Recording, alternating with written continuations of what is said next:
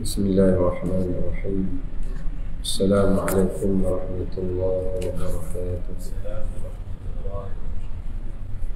Innal hamdalillah nahmaduhu wa nasta'inuhu wa nastahdihi wa nastaghfiruh wa na'udzu billahi min shururi anfusina wa sayyiati a'malina man yahdihillahu fala mudilla lahu ومن يضلله فلا هادي له أشهد أن لا إله إلا الله وحده لا شريك له وأشهد أن محمدا عبده ورسوله اللهم صل وسلم وبارك على محمد وعلى آله وأصحابه أجمعين قال رب اشرح لنا صدورنا ويسر لنا أمورنا واحلل عقدة من ألسنتنا يفقه قولنا أما بعد. Alhamdulillah, kita rafa'kan kesyukuran kepada Allah Subhanahu wa taala di atas segala rahmat dan kurniaan yang diberikan. Pada pagi yang mulia ini kita masih lagi dibekalkan oleh Allah nikmat iman dan Islam serta dipandukan di atas taufik dan hidayah daripadanya untuk dapat bersama-sama kita pada pagi ini menunaikan ibadah salat fardu subuh, dan seterusnya kita diberikan peluang untuk kita duduk beriktikaf seketika untuk sebelum kita menunggu terbitnya matahari, selain daripada dapat kita menyambung semula untuk pembelajaran dan pengajian sambungan kitab kita mengenai fiqh al-awlawiyat ataupun fiqh keutamaan berkenaan dengan tajuk besar keutamaan di dalam beramal.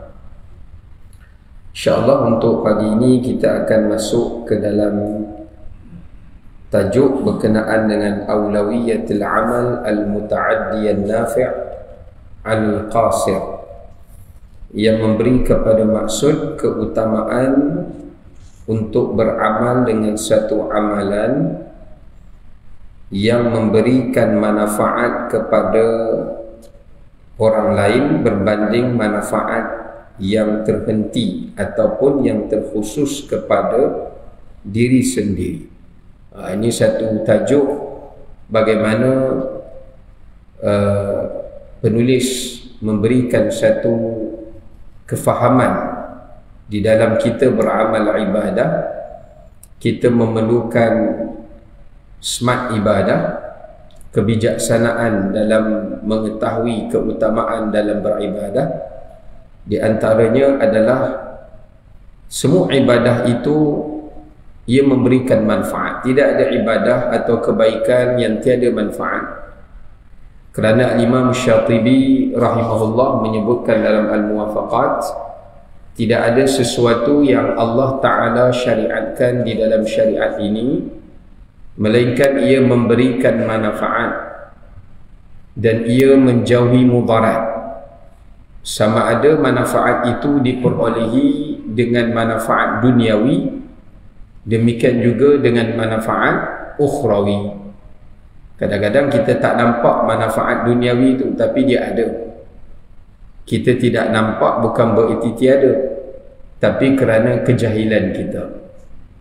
Dan yang lebih hebat, manfaatnya itu adalah untuk akhirat kita. Yang ni pasti kita tak nampak lah, kerana benda itu perkara ghaib, dan benda itu belum dipertontonkan dan dihitung oleh Allah Subhanahu wa taala. Demikian juga ia menolak mudarat, sama ada mudarat bagi kita di dunia ini atau mudarat yang lebih besar di hari akhirat. Tapi tuan-tuan, dalam kita nak meraih manfaat itu, Islam menyatakan bahawasanya manfaat dalam sesuatu kebaikan itu dia boleh datang dalam bentuk pasif dan dia boleh datang dalam bentuk aktif. Kalau sesuatu yang pasif itu maknanya manfaat itu dia tidak berkembang. Ini kategori yang pertama yang disebut sebagai amalan al-qasirat, iaitu amalan yang manfaatnya terbatas, terbatas kepada si pelakunya sahaja, kepada si pelakunya sahaja. Dia tidak bercambah dan dia tidak berkembang manfaatnya kepada orang lain. Tapi dia ada satu kategori yang kedua yang disebut sebagai amalan al-muta'addiyat, iaitu amalan yang manfaatnya berkembang dan bercambah-cambah, dan ia bukan sahaja diperolehi oleh pelakunya tapi kepada orang lain, kepada orang yang berada di sekelilingnya dan juga kepada orang lain lah, Jadi ini dua kategori dalam sesuatu amalan yang Allah Ta'ala syariatkan. Contoh saya bagi yang mudah. Salat fardu. Salat fardu dia datang dalam dua bentuk. Kalau tuan-tuan semayang salat fardu secara bersendirian, kan, kita ambil package yang pertama, package A. Package A dia salatlah fardu, dia kerjakan, tapi dia solat sorang-sorang, dia solat kat rumah, dia dapatlah pahala, dia bukan tak dapat. Tapi pahala itu qasirat, pahala itu terhad dan terbatas untuk dirinya, untuk dirinya. Sebab itu kalau dia solat bersendirian, Nabi tak sebut berapa pahala dia, sebab itu package orang awam. Kalau kita dalam musim-musim haji ni, kita panggil low punya package lah, yang jenis sebilik 6 orang, sebilik 10 orang, kan, yang jenis macam tu lah, package bawah lah. Ni bukan package orang-orang atasan lah, Tapi salat fardu itu juga dia boleh menjadi kategori muta'addiyat, dia boleh masuk jenis kategori yang kedua, yang manfaat dia bukan pada pelaku dia tapi juga pada orang lain, iaitu apabila salat fardu itu dikerjakan secara berjemaah.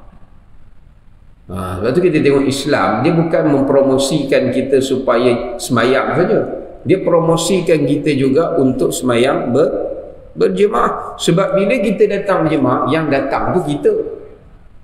Tapi bila setiap orang datang, setiap orang memainkan peranan memberi pahala 27 darjat kepada orang lain. Disebabkan kehadiran kita, orang lain pun boleh dapat 27 darjat. Sebab itu Nabi sebut, walaupun yang datang semayang berjemaah tu 2 orang. Sebab syarat nak jadi jemaah ni 2 orang lah. Imam, seorang makmum, cukup lah. Kalau imam saja kan berjemaah tu. Ni ada satu orang dia kata, saya berjemaah juga. Ustaz jangan jaga buruk. Dia orang siapa? Malaikat. Ini cerita alam gaib ni payah. Kalau nak cerita malaikat tu, kita semayang kat rumah pun boleh berjemaah, kan? Semayang seorang, ni mana jemaah kamu ni? Ni belakang ni malaikat penuh. Malaikat tak apalah, takut jin ifrit kan? Baik. Jadi nak sebutkan maknanya, itu konsep yang agama berikan kefahaman pada kita, bagaimana sesuatu ibadah itu kalau kita nak pahala dia gandaan, pahalanya itu berganda, kita kena jadikan amalan itu termasuk dalam bentuk yang berkembang manfaat dia, yang berkembang manfaat dia. Baik, kita sambung apa yang disebutkan oleh penulis kita dalam topik ini. Beliau menyebutkan, wa min fiqhil awlawiyat fi tarjihil amal, di antara fiqh keutamaan untuk kita menentukan keutamaan dalam beramal itu, hendaklah seseorang melakukan amalan yang paling besar manfaatnya ke atas yang lain, dan yang paling memberikan ketetapan kadar manfaatnya itu yang telah ditetapkan oleh Allah akan janjinya melalui kurniaan dan ganjaran pahalanya. Tapi dia kata begini, kalau kita nak tahu manfaat dia itu lebih banyak kepada orang lain ataupun tidak, dia juga mesti disukat kepada ketetapan syariat. Jadi kita tak boleh nak create pula Sebab ibadat ni sifatnya tawaqquf. Al-aslu fil ibadah at-tauqif. Asal hukum dalam ibadah ini dia bersifat tauqif. Tauqif ni maknanya dia terhad, dia tidak dinamik, dia tidak boleh apa kita panggil diinovasikan. Sekarang pula ada yang pula lepas solat ba'diyah buat berjemaah pula, nanya tu kan, itu tak boleh lah solat sunat ya, kecuali ada orang masbuk diikut kita kerana dia terluput berjemaah tadi, itu lain cerita lah. Tapi tak bolehlah kita nak inovasikan semua solat sunat, kita buat secara berjemaah, antaranya solat sunat rawatib dan sebagainya. Kerana dia ada solat yang dibolehkan berjemaah, dia ada solat sunat yang tak dibolehkan berjemaah. Jadi mestilah ia berpandukan kepada panduan syariat dan pahalanya dijanjikan oleh Allah kerana menunjukkan besarnya manfaat amalan itu. Contoh boleh sebut kat sini, keutamaan amalan jihad lebih utama daripada amalan haji. Misalnya kalau bertembung dia nak pergi haji, tak pernah pergi haji ni, nama naik kali pertama, layak dapat tawaran menunaikan ibadah haji. Haji rukun Islam, jihad rukun Islam ke? Jihad bukan rukun Islam. Haji menjadi fardun ain ke atas kita sepanjang umur. Jihad dia tidak menjadi fardun ain. Nampak tak? Tetapi dia ada pengecualian. Dia ada dalam klausa tu ada pengecualian. Tetapi bila berlaku sesuatu keadaan, berlaku sesuatu situasi, apabila diperlukan untuk negara orang Islam dipertahankan kerana musuh nak datang serang, ataupun musuh dah masuk dalam negara orang Islam tu, dia pula dapat tawaran haji,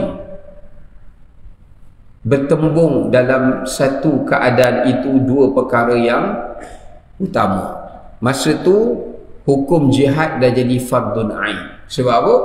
Sebab musuh dah masuk nak menakluk negara orang Islam. Ni misalnya contohlah.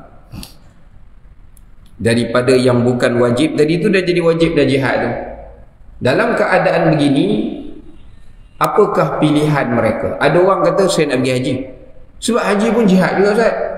Betul lah.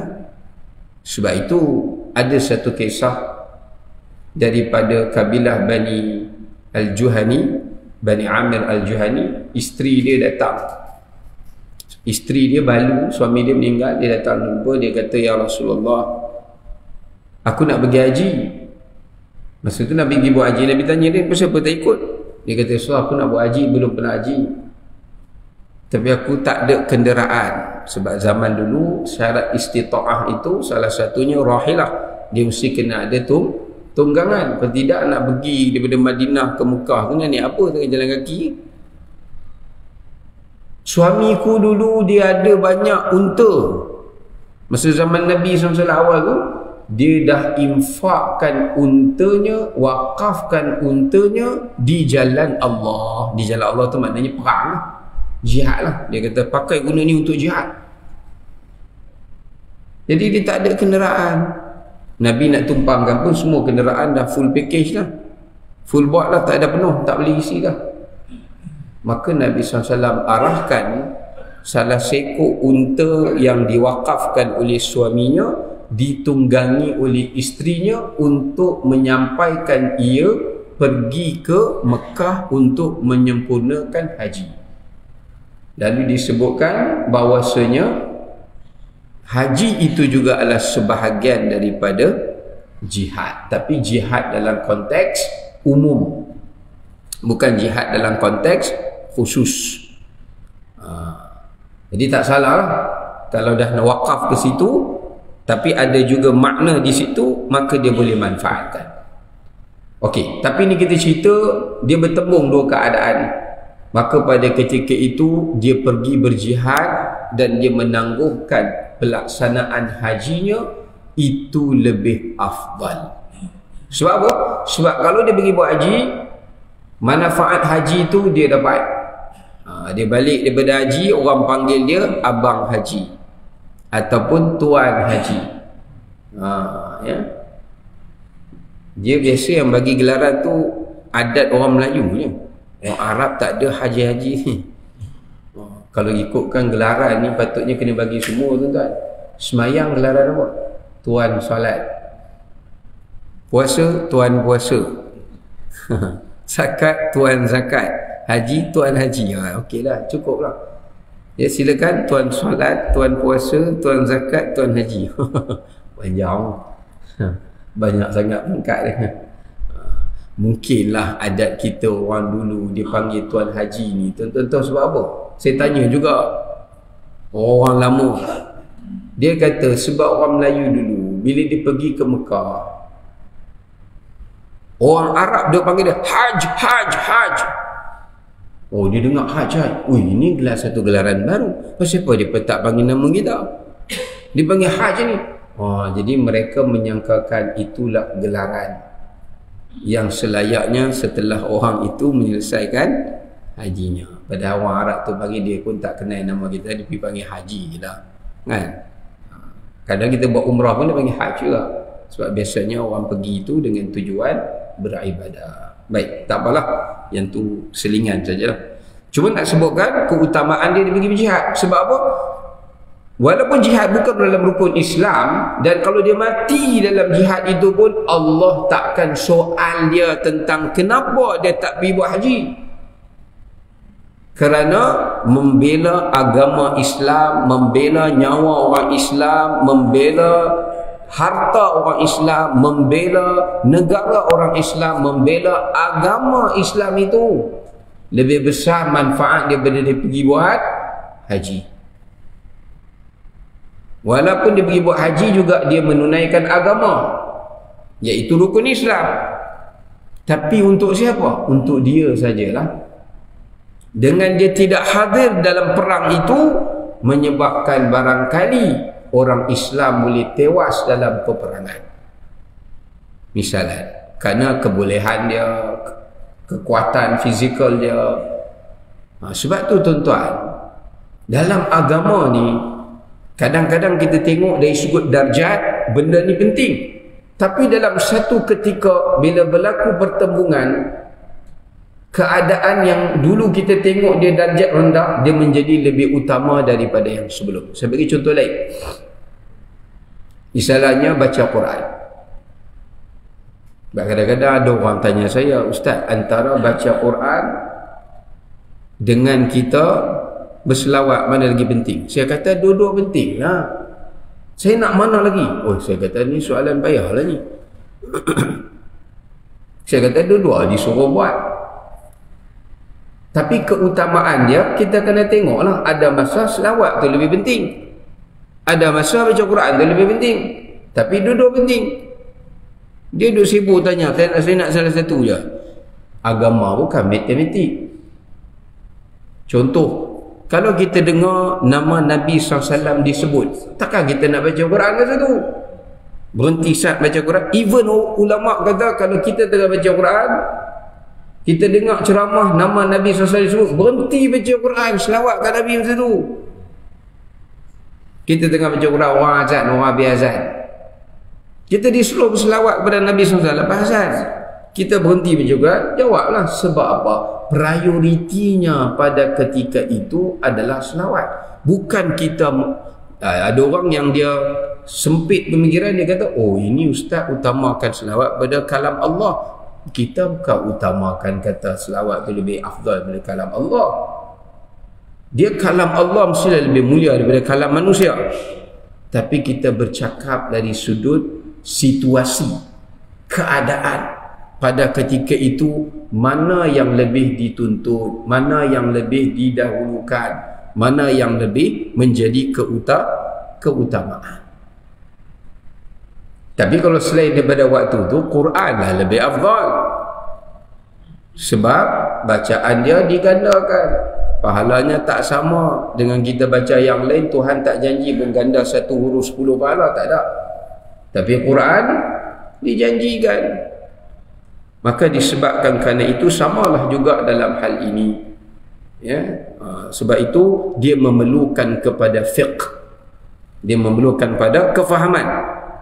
Sebab kadang-kadang kegagalan dalam memahami inilah menyebabkan manusia terluput manfaat yang lebih besar. Saya bagi contoh lain. Contoh lain, misalan contoh. Kalau kat sini saya selesaikan ni dulu. Misalan contoh, Allah sebut dalam surah Taubah. Ini dia punya dalil yang digunakan oleh penulis untuk mengatakan jihad lebih utama daripada haji. Tuan-tuan boleh rujuk dalam surah Taubah ayat 19 hingga ayat 20. Allah tegur. Allah kata apa? Aja'altum siqayatal hajj wa imaratal masjidil harami kaman amana billahi wal yawmil akhir wa jahada fi sabilillah لا يستوون عند الله والله لا يهدي القوم الظالمين الذين آمنوا وهاجروا وجاهدوا في سبيل الله بأموالهم وأنفسهم أعظم درجة عند الله وَأُولَئِكَ هُمُ الْفَائِزُونَ. Apa kata Allah Ta'ala? Adakah kamu cuba menjadikan pahala memberi minum kepada orang-orang yang pergi haji? Besar tak pahala tuan-tuan? Besar. Tuan-tuan bayangkan orang musyrikin ni Allah Ta'ala nak betulkan mindset orang musyrikin. Mereka punya mindset, orang Mekah punya mindset, kalau musim haji, mereka pergi sediakan minuman kepada orang haji ni, pahala banyak lah tuan-tuan. Sedekah bagi orang minum, besarlah pahala dia. Nak pula orang tu minum sebab dia nak dapat tenaga, nak pergi buat ibadat, bukan nak pergi buat maksiat. Besar pahala dia. Wa imaratal masjidil haram, mengimarahkan masjidil haram, nak bagi orang dapat selesa tawaf, nak bagi orang dapat selesa i'tikaf. Lepas tu semayang pula dalam Masjidil Haram, dapat pahala gandaan banyak, 1000 kali ganda, banyak pahala 100,000. Maka Allah Ta'ala berikan gandaan yang banyak. Tapi Allah kata, apakah kamu ingat sama pahalanya dengan orang yang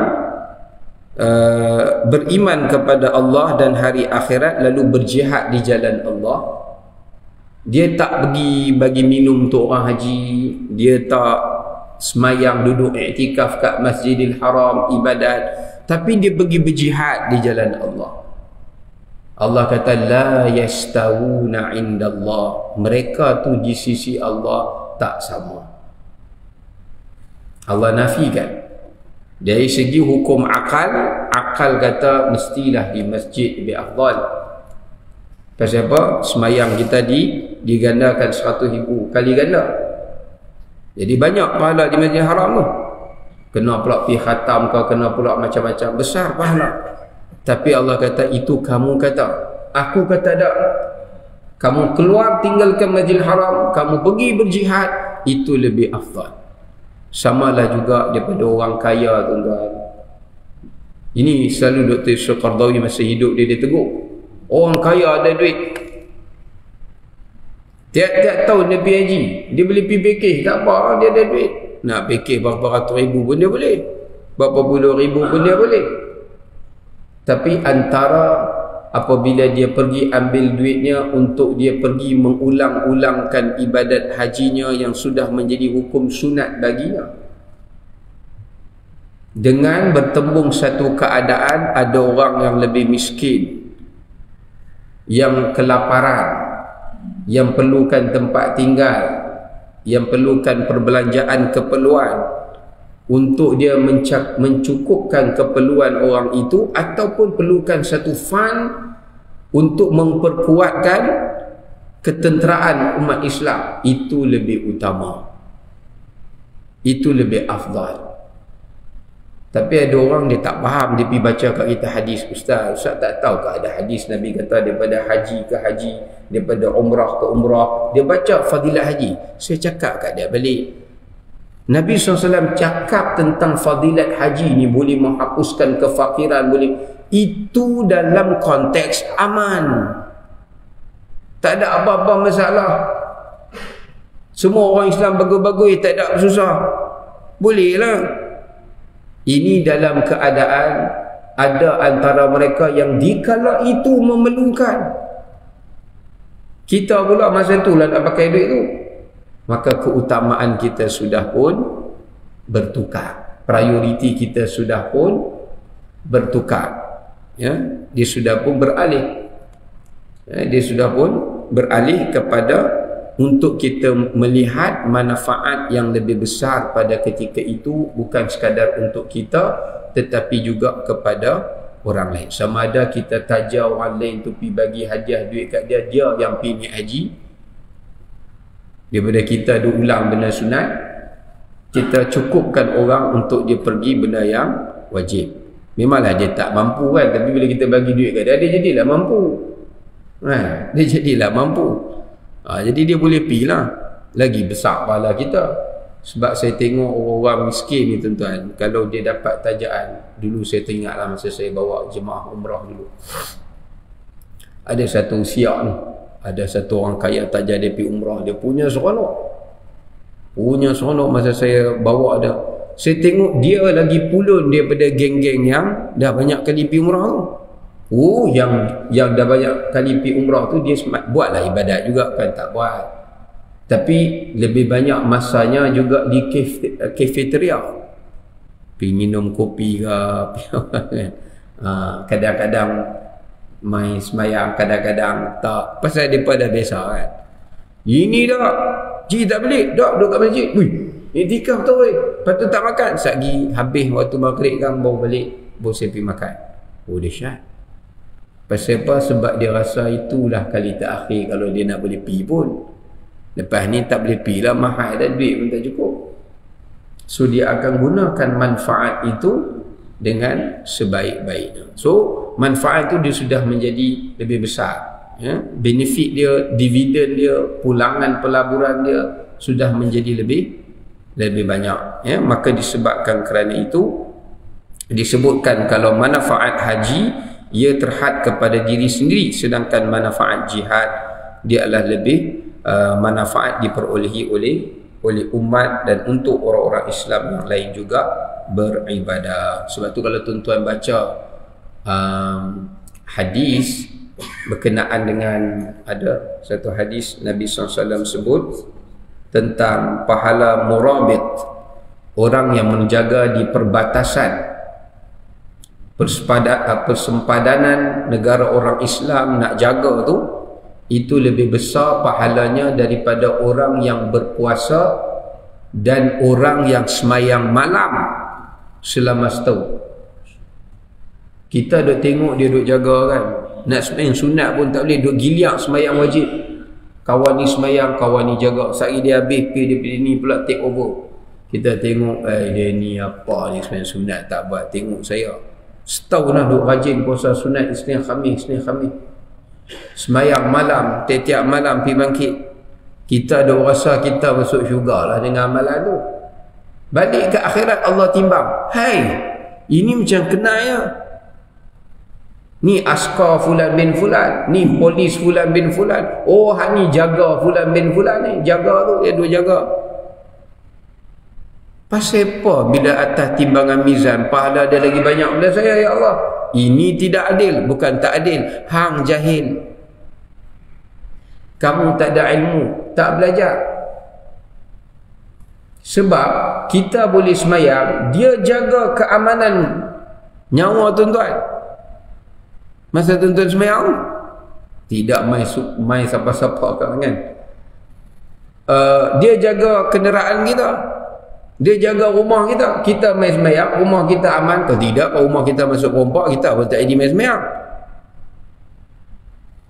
Menyebabkan menjaga tu dia terhalang buat amalan sunat lain, Allah bagi lebih banyak pada tu. Allah Ta'ala bagi lebih banyak pada tu. Bahkan dalam hadis menyebutkan itu salah satu amalan yang menyebabkan dia terhalang daripada terkena siksa kubur. Samalah juga dalam satu hadis yang lain yang sahih, Nabi SAW sebut, tahukah kamu ala adullukum ala amalin bi afdali, ada satu amalan aku nak bagi tahu kat kamu lebih baik daripada 3 amalan, iaitu ala salati wa ala siyami wa ala sadaqati. Satu je lebih baik daripada kamu puasa sunat, semayang sunat, sedekah sunat. Maknanya satu amalan tu 3 package tu kita dah dapat dalam satu, 3 in 1. Tapi ada setengah orang dia terpaksa buat, dia bukan terpaksa buat 3 in 1, 1 and 3. Maksudnya satu-satu tu dia kena buat. Pagi tu dia puasa, pagi tu dia semayang malam, siang tu dia puasa, seharian tu dia pergi sedekah, tiap-tiap hari dia buat. Tuan-tuan, siapa mampu tiap-tiap hari puasa sunat, tiap-tiap hari semayang malam, tiap-tiap hari sedekah? Ada orang tak mampu lah, penatlah dia. Ada satu hamba Allah relax, puasa pun dah, asyik duk pergi makan. Kita tengok haji ni kerja makan je. Isnin pun makan, Khamis pun makan, hari lain tu saya kata lah memang bukan masa tempoh sunat. Saya tak tahu apa amalan dia ni. Nak kata bangkit semayang malam, saya bangkit, dia mengeruh. Time saya mengeruh, dia pun join sekali. Dia ni amalan apa dia ni? Nak kata sedekah, saya yang duk bagi sedekah.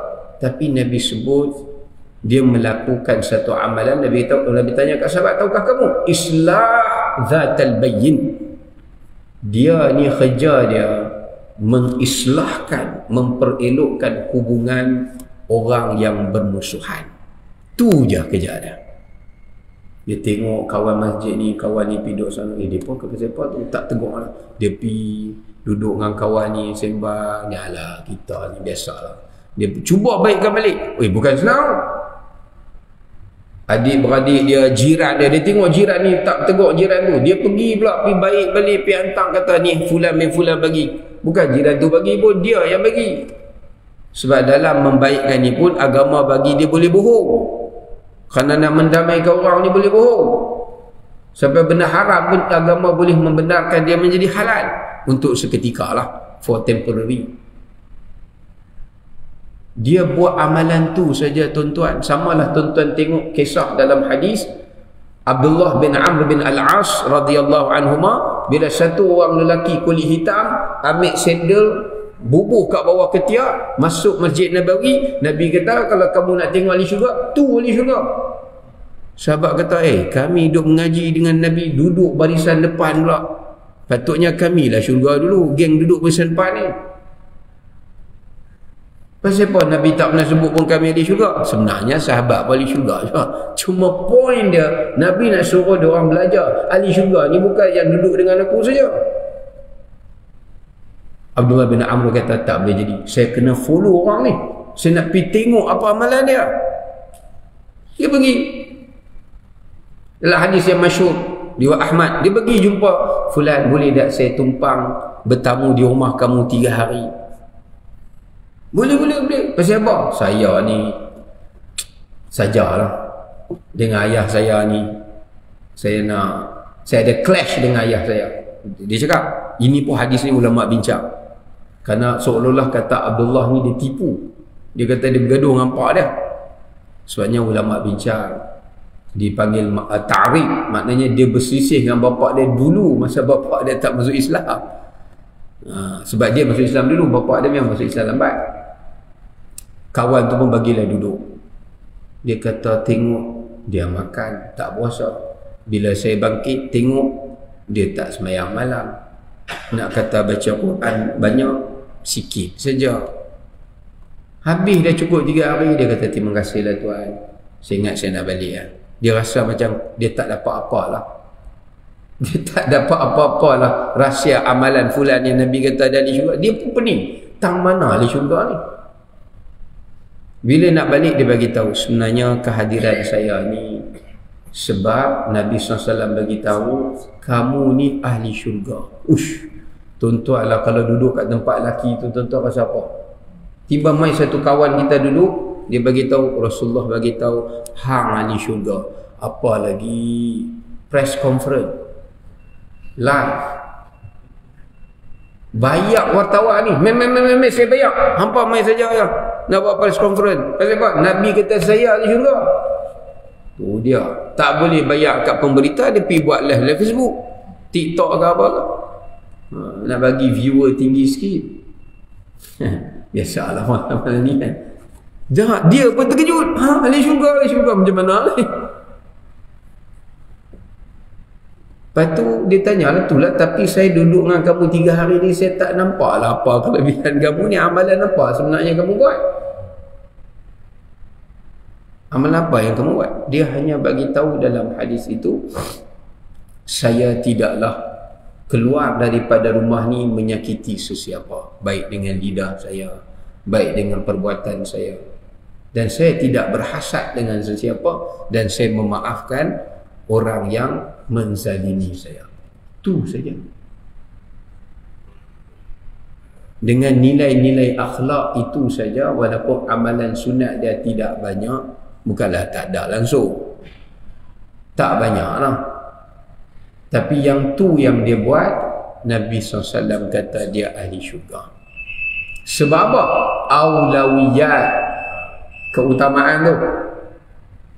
Ini yang saya tengok kadang-kadang keutamaan yang orang kita gagal nak memahami. Sebab tu tuan-tuan, nanti kalau ada masa kita belajar juga kitab yang sangat bagus, Talbis Iblis, karangan Imam Ibn Jauzi, berkenaan dengan belitan bisikan Iblis. Iblis ni tuan-tuan kena tahu, dia mengaji lama lah. Cerdik dia. Dia kan tak mati-mati daripada dulu dia hidup sampai lah ni. Jadi pengalaman dia tu menyesatkan orang ni, banyak lah. Sebab ilmu ni juga datang dalam bentuk pengalaman, dipanggil ilmu at-tajribah, hasil daripada pengalaman hidup, itu juga ilmu. Jadi iblis, kita jangan ingat dia kalau nak sesatkan orang, dia hanya halang kita beribadat. Jangan semayang, jangan puasa, tak. Kalau macam tu senanglah kita nak tahu ini bisikan iblis. Jangan-jangan ini iblis ni. Cara yang lain yang lebih sulit, iblis suruh kita buat ibadat, tetapi dia suruh kita buat ibadat yang minor, kita tinggalkan ibadat yang major, yang penting. Seperti mana Nabi sebut dalam satu hadis, seorang wanita rajin puasa sunat, rajin solat sunat, tapi dia menyakiti jiran dengan lidah dia. Bila ditanya kepada Nabi SAW, Nabi kata dia masuk neraka. Pergi semayang, jangan pergi semayang, puasa. Iblis suruh, bagus. Tapi bila main jiran masuk ni, bila bisik, ni apa ni jiran ni, baru basuh dia pergi lalu kotak. Dia kira ada benda dia nak cari pasal dengan jiran dia. Ada saja. Dia mula tak sedap, bunal ni nak bergaduh, kawan ni nak pergi buat ni, dia bising, dia pergi report kat majlis, macam-macam lah. Ada orang jenis macam tu kan. Kenapa? Sebab iblis tahu dia ni orang yang gagal memahami agama. Dia hanya nampak dia boleh ulang alik pergi masjid, ya, jiran dia tak pergi. Saya ada live punya pengalaman saya mengajar ada satu hamba Allah, ngajak ngaji lah dulu ni, cerita lama. Pergi rumah dia mengajak ngaji, dia mengadu, saya ada masalah dengan jiran. Saya kata masalah apa pula? Itulah, dia pun cerita lah. Dia dah apply kat majlis nak tambah sikit, dia orang sebelah bergaduh, maki-maki, oi debu masuk lah rumah aku, oi no. Walaupun dah bubuh ni kan, biasalah kadang angin tiup kan, dia bawa basuh kereta, debu sikit, dia naik angin semacam gaduh jiran sebelah. Tapi itulah saya pun kadang pelik juga Ustaz. Pasal apa?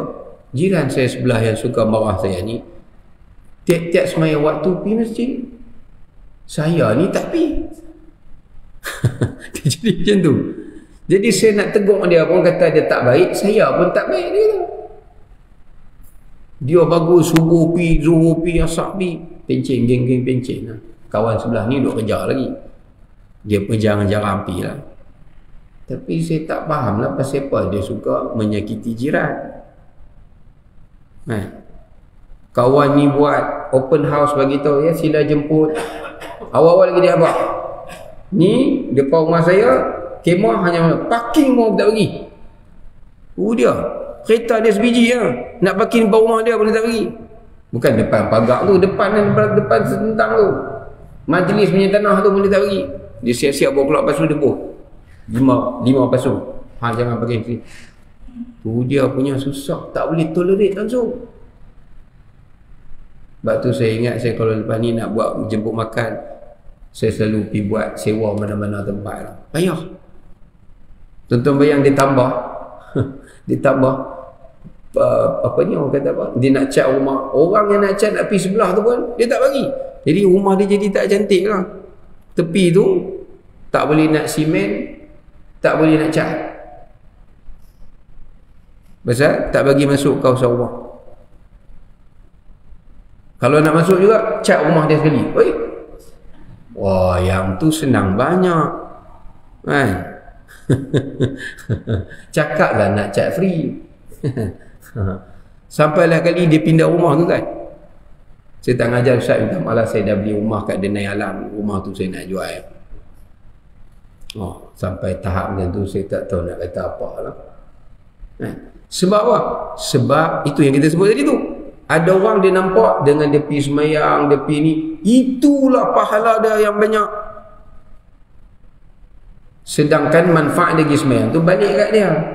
Kalau dia berbaik dengan jiran, manfaat tu bukan jiran sebelah saja, semua jiran akan menyukai dia. Ya.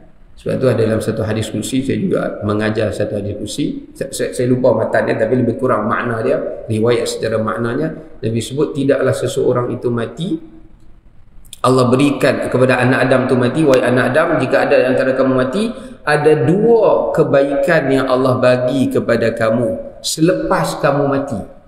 Biasanya kita kalau buat baik masa kita hidup tu kita dapat. Ini Allah Ta'ala bagi kebaikan kita tu lepas kita mati. Yang pertama, salat jenazah. Kita dah mati dah, kita dapat kebaikan daripada orang lain selepas kita mati. Pertama, orang salat jenazah kat kita. Setiap kali orang hadir semua jenazah kita tu, kita dapatlah manfaat, syafaat daripada salat jenazah tu. Yang kedua, jiran yang hadir meredainya. Jiran ni pakak mai lah pi tolong, tenangkan ahli keluarga, pi bawa rekod jenazah dia.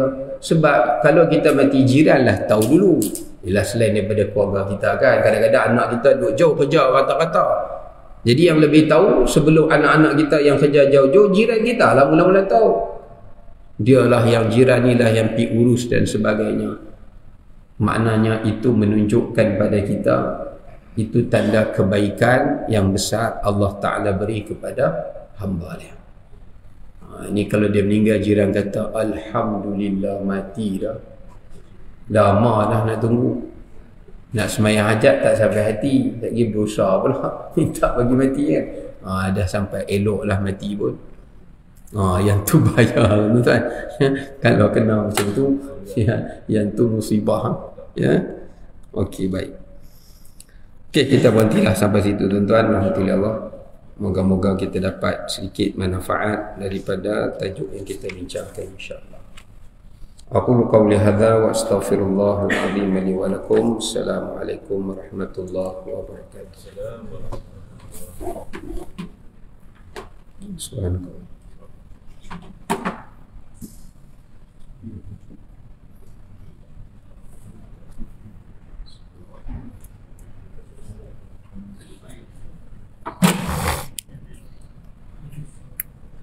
Oh, tutup.